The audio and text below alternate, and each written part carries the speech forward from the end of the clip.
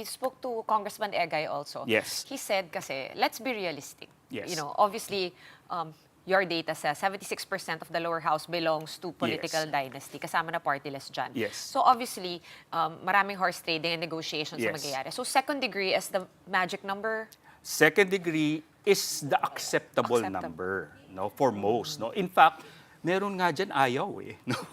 Gusto nga nila first degree lang, no. So hanggang magulang lang at anak, no. Yung second degree kasi hanggang kapatid yan, no. So pero ang maximum demand, no, and at this point kasi demand ng civil society.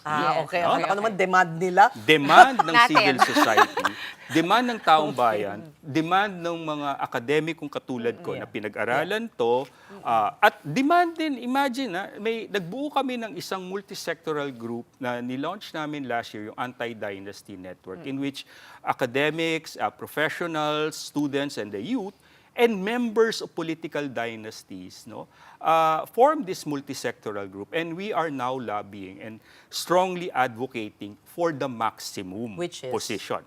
First, dapat up to the fourth degree, no. Then second, both fat and thin dynasty, both yung successive tsaka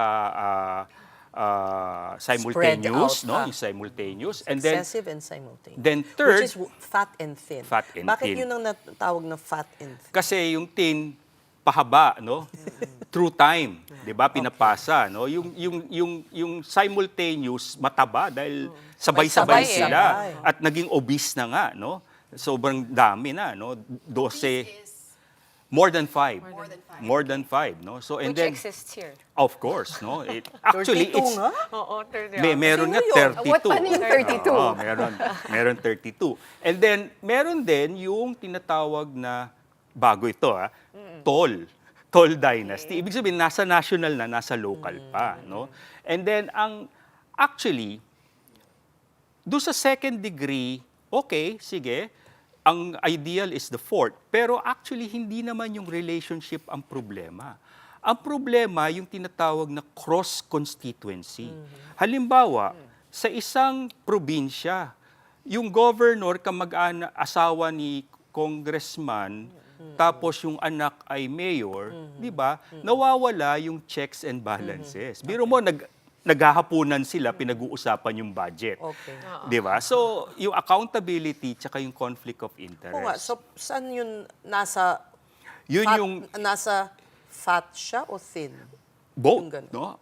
Both, no? Actually, It's nasa fat, actually it's more fat and fat. tall. It's fat and tall, no? So ang kailangan tutukan ng pansin really is yung cross constituency, no? At isa pa yung Parang mahirap rin talaga i-legislate, ano? Oo, pero ang kagandahan nito, no, yung chair naman ng House Committee ay bukas, no, at talagang dinidebate nila. And you can sense it. I was there last week. Earlier this morning, I was at the Senate hearing, and they're seriously considering this.